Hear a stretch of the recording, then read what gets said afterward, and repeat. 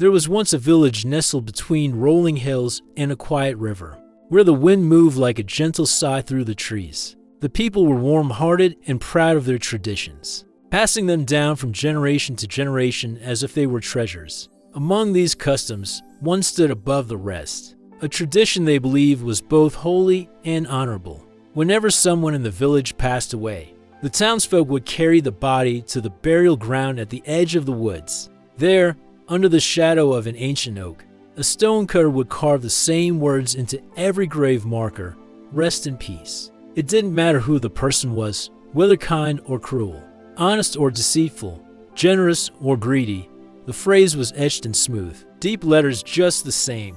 The villagers found comfort in this. Death was the great equalizer, they said. No matter how hard life had been, no matter how fierce the storms of sorrow, all ended the same, with rest. They believed that beyond this life, every soul was free from pain, wandering into an endless meadow of quiet peace. It was a beautiful thought, but a thought is not the same as truth. One bright afternoon, a stranger appeared in the village. He was a man of middle years, with eyes like deep wells that seemed to have seen both the highest mountains and the darkest valleys. On his back, he carried a worn satchel, and under his arm, a bundle of rolled parchment bound with leather straps. The villagers, curious as always, gathered around him in the marketplace. The baker offered him bread, the blacksmith offered him water, and the children tugged at his cloak, asking where he had come from.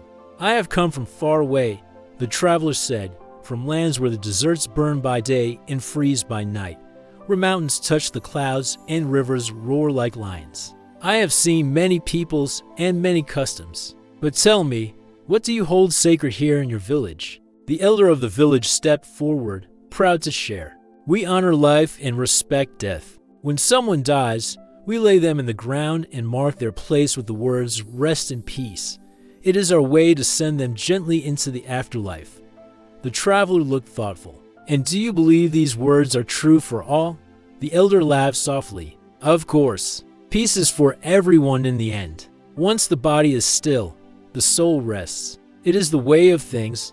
The traveler's eyes darkened, not in anger, but in sorrow. "May I tell you a story?" The villagers leaned in as the traveler began. "There was once a great king who ruled a vast kingdom. This king was not only mighty but just. He rewarded those who loved him and kept his ways, but he also judged those who rebelled against him. One day, 2 of his servants came to the end of their service. The first servant had been faithful. Though he was not perfect, he loved the king with all his heart and did his best to serve him with honesty and care. The king welcomed him into his palace, saying, 'Well done, my servant. Enter into my rest.' And in that place, there was no more pain, no more sorrow, only joy without end. The second servant, however, had served with deceit. He took the king's gifts and squandered them on himself. He ignored the king's commands and mocked those who obeyed. When his service ended, the king said to him, 'You would not have me as your master in life.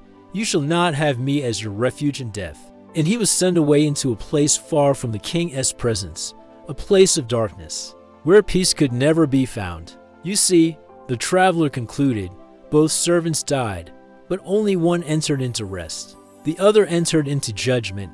The villagers were silent.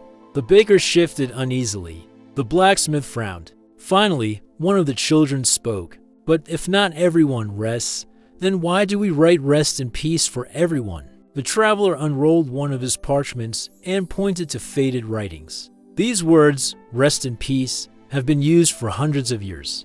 Long ago, in the days of the Roman Empire, people would write requiescat in pace on the tombs of those they believed had died in the favor of their gods. It was a hope, not a guarantee. Over time, the words spread to other lands, even into the churchyards, until they became a habit, carved on stones, whether or not the person had known the one true king."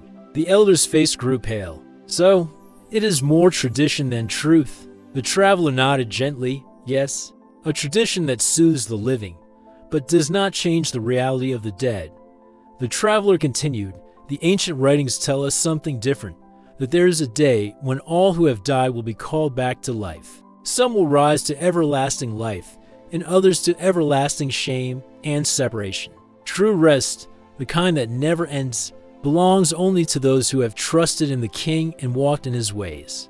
Many people live as if the words on their grave will be a magic doorway to peace. But the King does not look at the stone above the ground. He looks at the life that was lived before the grave was ever dug.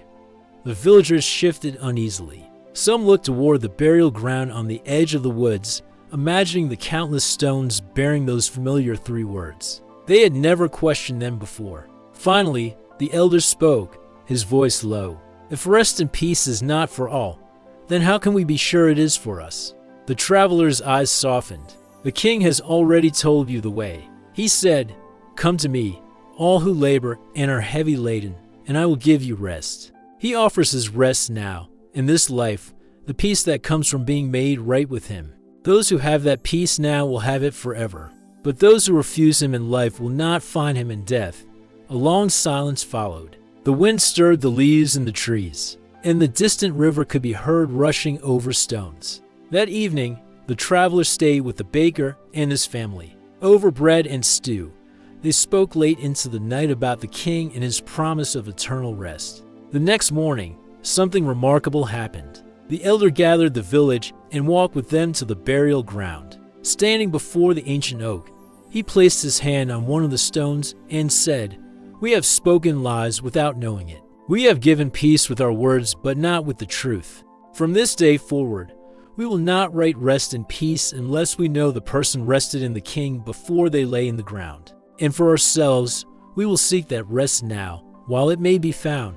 Some villagers grumbled. Old habits die hard, but others felt a weight lift from their hearts. They saw now that death was not the end of the story, and that peace was not automatic. It was a gift offered freely, but only to those who would receive it. When the traveler left the next day, the elder walked with him to the edge of the village. "You have given us a harder truth than we expected," the elder admitted, "but it is a better truth. I would rather know the way to true rest than comfort myself with a lie." The traveler smiled. "That is wisdom. Remember, the King's peace is not found in the grave. It is found in him." And with that, the traveler disappeared down the road, his satchel lightened by one parchment, left behind in the hands of the elder, who would read it to the people again and again, until the truth became their new tradition. The lesson: the words rest and peace are not a blanket promise for all humanity. They began as a hope, not a truth, and over time became an unchallenged tradition. But the scriptures tell us that true and eternal rest is only for those who belong to Christ, those who have received his grace and forgiveness in this life. The peace of God is not written into stone. It is written into the hearts of the redeemed.